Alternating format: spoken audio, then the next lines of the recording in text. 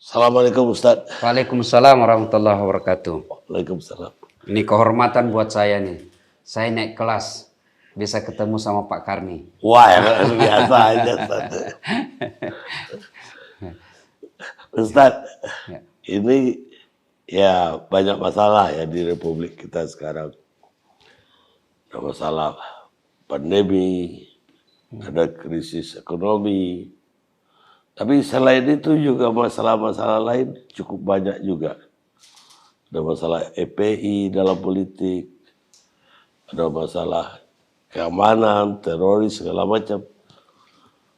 Dan tapi ditingkai lagi oleh hal-hal kecil tapi cukup cukup mengusik gitu loh. Misalnya yang terakhir ini kasus Abu Janda, yang terkenal dengan nama Abu Janda, namanya sebetulnya bukan itu. Tapi beliau ini kan dianggap orang selain daripada menghina Pigai, walaupun dia bantah bahwa maksud dia dengan evolusi bukan evolusinya Charles Darwin, tapi evolusi pemikiran atau otak katanya. Dan kemudian dia dari dulu dianggap oleh umat menghina umat Islam. Dan karena itu juga pengaduan itu juga masuk di luar pengaduan soal ras. Mungkin Ustadz punya pandangan tentang ini. Ya, terima kasih Pak Karni. Saya pada prinsipnya tidak membenci Abu Janda. Yang saya benci dan saya cela adalah pemikirannya. Karena kalau membenci pribadinya, itu apa bedanya kita membenci dengan ucapan-ucapan kebencian kepada seseorang. Jadi yang kita benci adalah pemikirannya. Kalau kita benci orangnya di penjara, selesai. Tapi kalau pemikiran ini berkembang, dan parahnya karena dia di medsos. Iya. Andai saja di kamarnya tidak ada masalah, tidak berpengaruh. Atau dia ngobrol bersama-sama. Ya, tapi ini kan dipublikasi. Jadi ini bisa merusak bangsa kita. Padahal rasis atau yang kita sering kenal dengan SARA itu jauh sebelum ada Republik Indonesia. Kita sudah bertekad satu nusa, satu bangsa, satu bahasa. Dan itu pelopornya anak muda. Dan Abu Janda ini masuk kategori muda. Kok bisa berbuat seperti itu? Maka begitu saya dengar bahwa KNPI melakukan perlawanan atau melaporkan pemikiran Abu Janda ini, saya langsung meresponnya bahwa ini tidak ada alasan untuk tidak mendukung KNPI sebagai organisasi kepemudaan. Maka kita sebagai anak bangsa tentu berharap agar ini tidak terjadi lagi. Tapi sejujurnya Pak Karni, saya senang satu dari Abu Janda. Dia jujur bahwa saya dibayar. Oh iya. Ya kan? Nah itu dia jujur, dia sportif. Ya ini orang di kampung saya bilang keras kehidupan. Akibat kerasnya kehidupan. Ya, dia cari nafkah. Dia pakai akalnya seperti itu. Dia cari nafkahnya. Dia ngakui bahwa saya dibayar. Nah, masih jauh lebih terhormat daripada orang yang kita sanjung-sanjung sebagai pejabat tapi menyalahgunakan bansos. Iya, lebih parah ya. Lebih parah karena uang negara yang dicuri. Kalau ini Abu Janda dibayar oleh sponsor. Dan uang negara ini untuk orang miskin lagi. Ya, dan orang miskin yang dianiaya itu makbul doanya. Maka kes langsung kena. Ya, kalau persoalan Abu Janda, ya negara harus hadir untuk membatasi pemikiran-pemikiran seperti ini. Karena kalau tidak, maka akan merusak anak-anak kita. Sebab medsos itu lebih banyak konsumsi oleh anak-anak milenial. Jadi kalau ini dibiarkan, negara tidak hadir dalam kasus seperti ini dan dibiarkan begitu saja, saya khawatir ucapan kebencian, rasisme, kemudian yang berbau sara dianggap sesuatu yang biasa. Padahal kita ini sudah menjunjung tinggi Pancasila, kita punya adab. Ya, oleh karena itu, bagi saya tidak ada alasan dan pemikiran untuk membenarkan orang-orang yang berperilaku rasisme. Baik, itu salah satu kasus yang lagi heboh aja terakhir ini. Tapi dari sisi pemerintah, juga banyak hal yang umat merasa semakin lama semakin dirugikan. Misalnya ada aturan yang dibikin, macam-macam lah aturan yang dibikin oleh pemerintah yang dianggap umat tidak sejalan lah dengan umat. Misalnya pemerintah minta sekarang ini setelah dana haji, dana segala macam, sekarang supaya juga wakaf. Saya pikirnya tadi minta maaf, ternyata minta wakaf. Ya. Ini kan selain itu juga ada aturan lain lagi di kampungnya Ustadz sendiri yang sudah dilaksanakan. Daerah lain tentu kalau udah peraturan nasional oleh Menteri Agama tentu harus dilaksanakan juga. Bahwa orang beragama Nasrani boleh mengajar di madrasah. Ya. Ini kan misalnya di SD Islam mungkin masih lebih netral ya. Kalau madrasah ini kan sama dengan orang Islam mengajar di seminari ini. Ya. Kemudian juga ada aturan baru lagi, 3 menteri ini terakhir keluar bahwa tidak boleh ada satu sekolah pun yang atau pemerintah daerah yang mewajibkan siswi untuk berpakaian atributnya mengarah pada agama tertentu. Ya. Ini gimana pandangan Ustaz? Pak Kardi, pada prinsipnya saya melihat kita ini kadangkala ada yang prioritas dikerja tapi tidak dikerja. Sementara ada yang tidak prioritas, kita gembor-gemborkan untuk segera dikerja. Jadi asas prioritas ini yang kadangkala kita kesampingkan.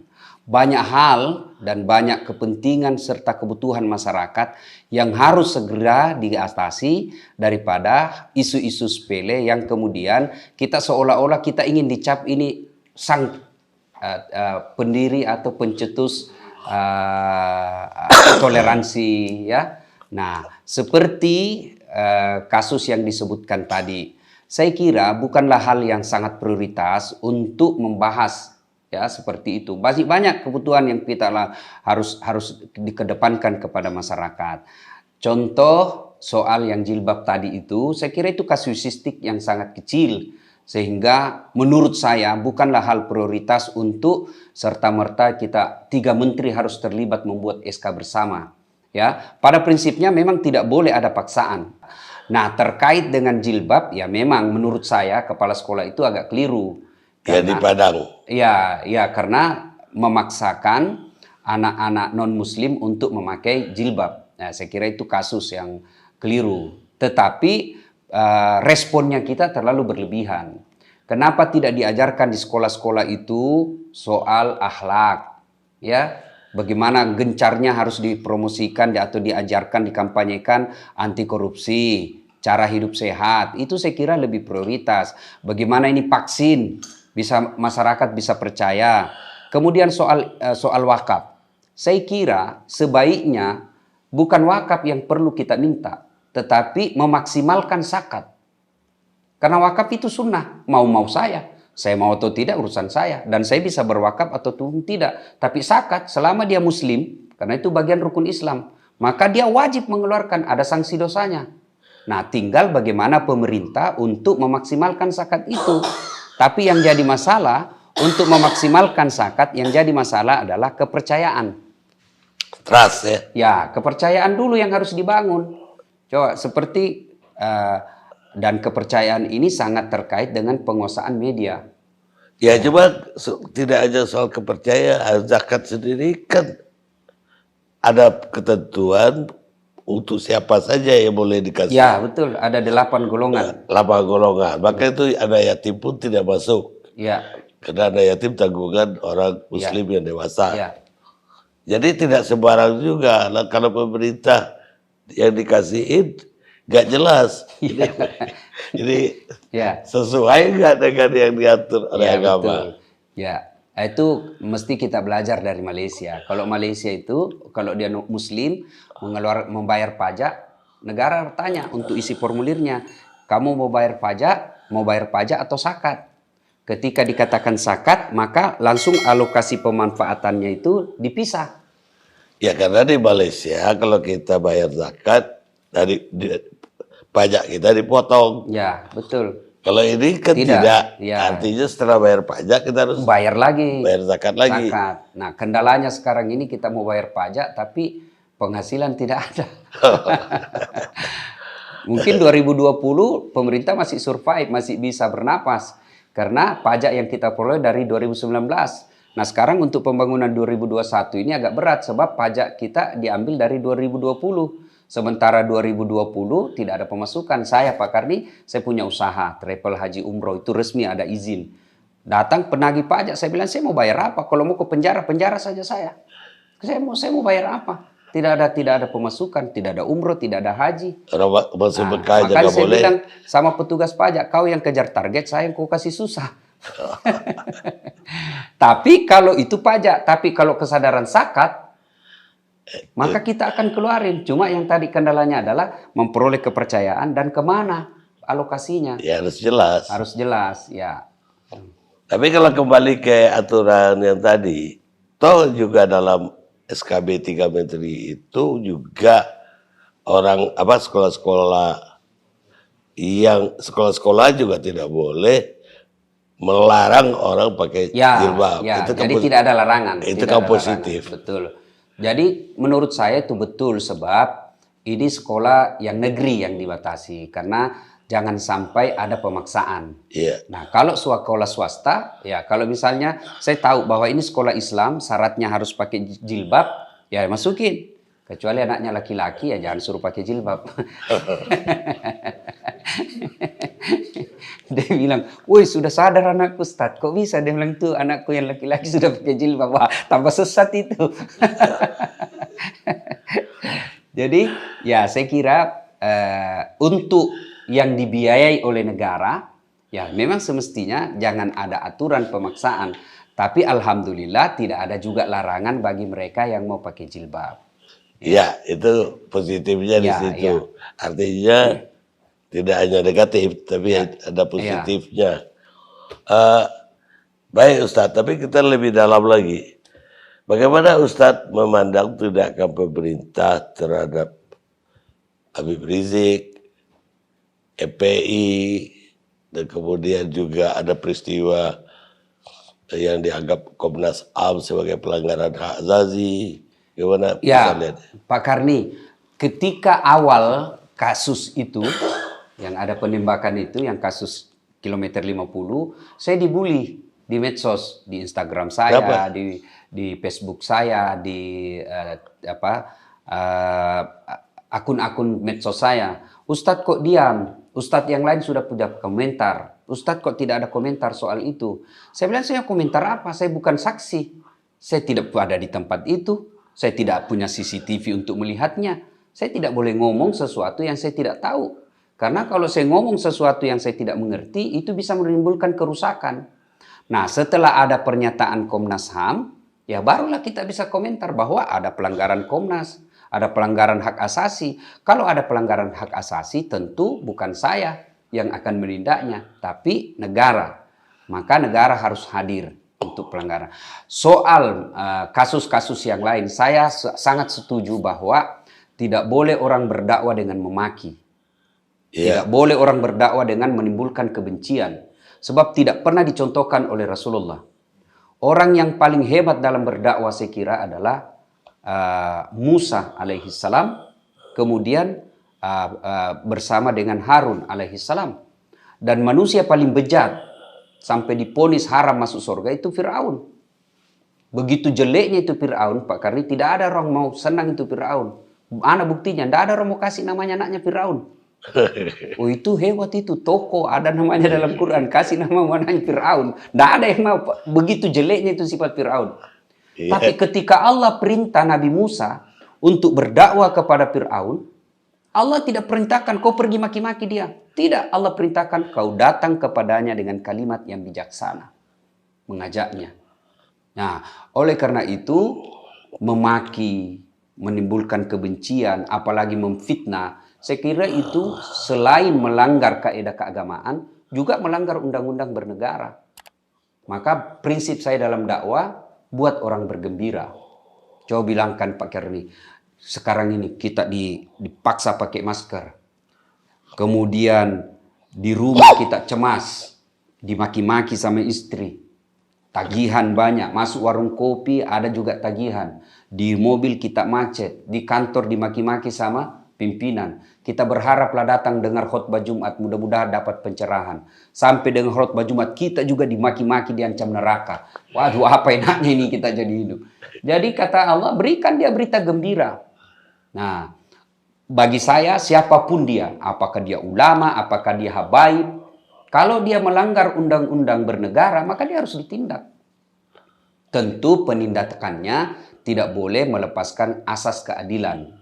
Ya, asas keadilan. Saya secara pribadi ya ketika Habib Rizik diikat tangannya, ya itu tidak enak juga saya rasa, kok kayak kita maling ayam, bagaimanapun beliau ulama. Ya, sementara kita melihat juga ada koruptor yang dikawal, malah diangkatkan kopernya. Hal-hal seperti ini yang bisa membuat orang merasa ada ketidakadilan. Dan menurut pendapat saya Pak Karni, negara bisa rusuh bukan karena diambil hak-hak warga negara. Kan orang biasa bilang hak-haknya dicabut, kebebasannya dicabut. Saya bilang bukan cuma kebebasan yang dicabut sehingga orang bisa ribut, tapi lebih kepada ketidakadilan. Saya kasih contoh, orang dalam penjara itu dicabut hak-haknya, kebebasannya tidak ada. Berhubungan suami istri saja sudah dicabut haknya, padahal itu hak asasi. Tapi apa mereka rusuh? Tidak, padahal dicabut hak kebebasannya. Tapi kapan ada narapidana dikasih kopi susu, satu dikasih air got, pasti ngamuk. Kenapa? Karena ketidakadilan. Jadi negara kalau mau didukung kepercayaan penuh oleh masyarakat, maka harus mengedepankan kepercayaan. Dan ini bukan pekerjaan yang gampang. Pak Harto dulu kuat betul Pak. Kuat. Jatuh karena ketidakpercayaan lagi masyarakat. Orang tidak ada duit masih bisa pinjam duit di bank. Orang tidak punya tenaga masih bisa pinjam tenaga orang lain. Tapi ketika seseorang sudah hilang kepercayaan maka tidak ada guna lagi. Itulah sebabnya Nabi usia 36 tahun beliau dipercaya oleh orang-orang Mekah sejak dari pemuda. Nanti orang-orang Mekah memusuhi beliau usia 40 tahun ketika diangkat menjadi Nabi dan Rasul. Tapi sebelum 40 tahun, beliau digelari dengan Al-Amin, yang terpercaya.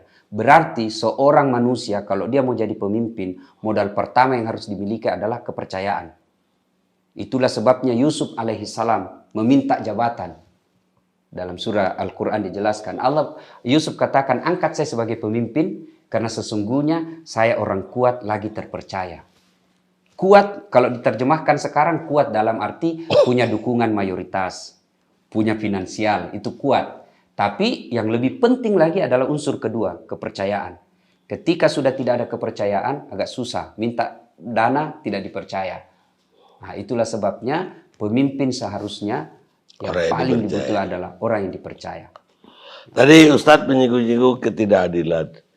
Berapa tahun terakhir ini keluhan itu ya terutama muncul dari umat Islam saya lihat.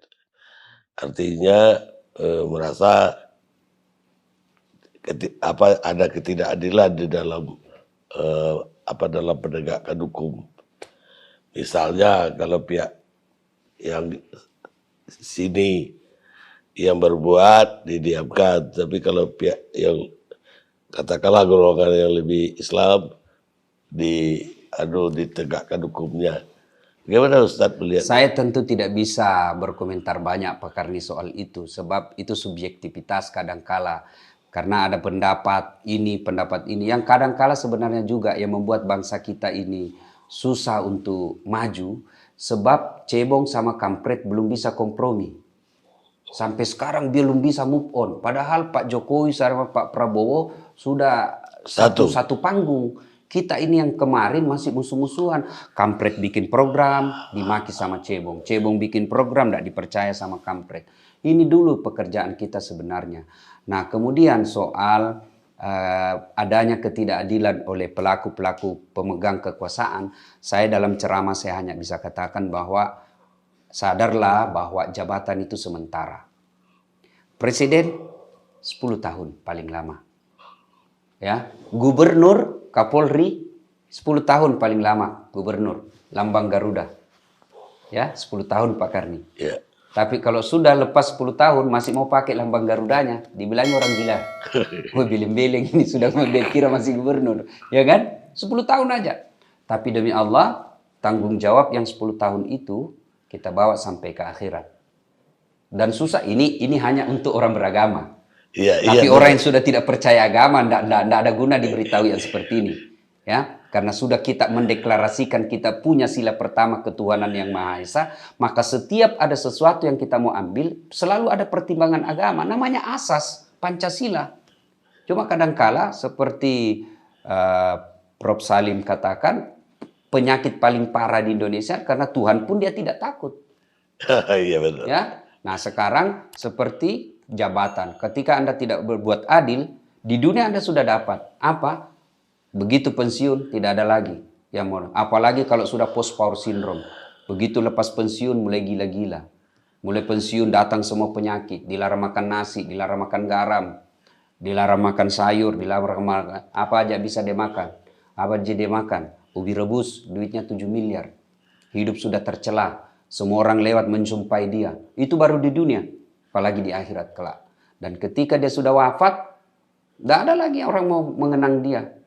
Nah, paling yang dikenang keburukannya. Bagi kita orang beragama, umur yang panjang sebenarnya bukan 100 tahun, bukan 150 tahun.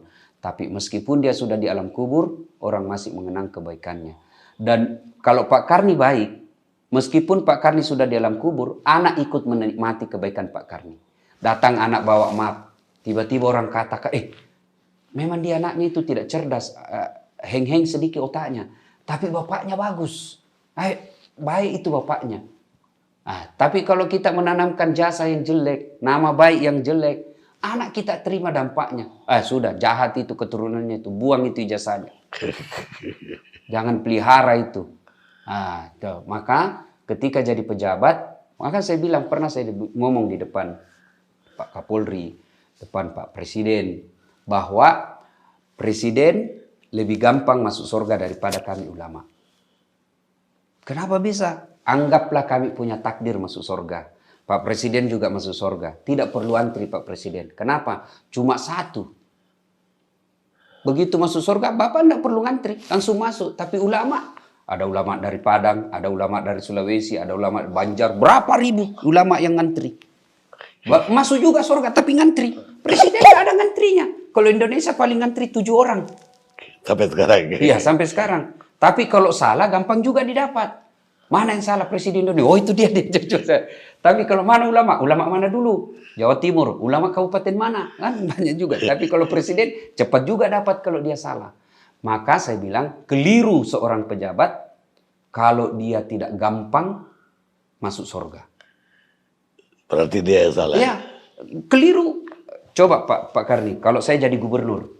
Saya sholat subuh berjamaah. Sudah sholat subuh berjamaah. Assalamualaikum warahmatullahi wabarakatuh. Assalamualaikum warahmatullahi wabarakatuh. Saya langsung katakan, mana ini kepala dinas PU? Tidak pernah juga datang sholat subuh berjamaah. Ajudan saya telepon Pak Kadis PU. Pak Kadis dicari Pak Gubernur. Besok belum azan subuh sudah ada di sana Pak.